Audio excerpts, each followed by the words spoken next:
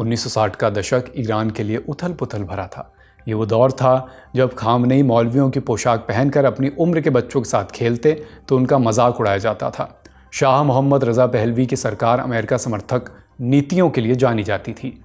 उन पर मॉडर्नाइजेशन और वेस्टर्न वैल्यूज़ को बढ़ावा देने के भी आरोप लगाए गए। इसे वाइट रेवोल्यूशन कहा गया।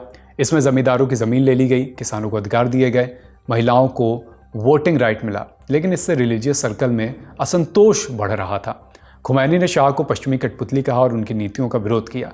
ईरान को पश्चिम की तरह विकसित करने की नीतियों का विरोध हुआ। इसे इस्लाम विरोधी और ईरानी समाज को भ्रष्ट करने वाला बताया गया।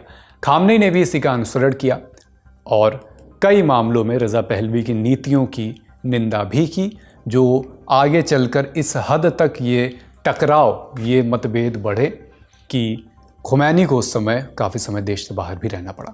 कहते हैं कि वो सिर्फ 24 साल के थे। उन्होंने मशहद में एक ज़ोरदार भाषण दिया। ये भाषण शाह की खुफिया पुलिस सवाक की नज़रों में चुभ गया। उन्हें जेल में डाल दिया गया, यातनाएं दी गईं। इसके बाद खामनेई को कई बार जेल और निर्वासन का सामना करना पड़ा। जब खुमैनी को देश पहलवी की वजह से छोड़ना पड़ा, तब खामनेई का कद ईरान में बढ़ा। साथ ही पहलवी का विरोध बढ़ता गया और अंत में उन्हें सत्ता से हटना पड़ा। ईरान में 1979 की इस्लामिक क्रांति हुई। खुमैनी सुप्रीम लीडर बने। खुमैनी को उप रक्षा मंत्री बनाया गया। वो इस्लामिक रिवॉल्यूशनरी गार्ड के एक्टिंग कमांडर इन चीफ जैसे पदों पर भी रहे। ईरान इराक युद्ध में भी उनकी अहम भूमिका मानी जाती है।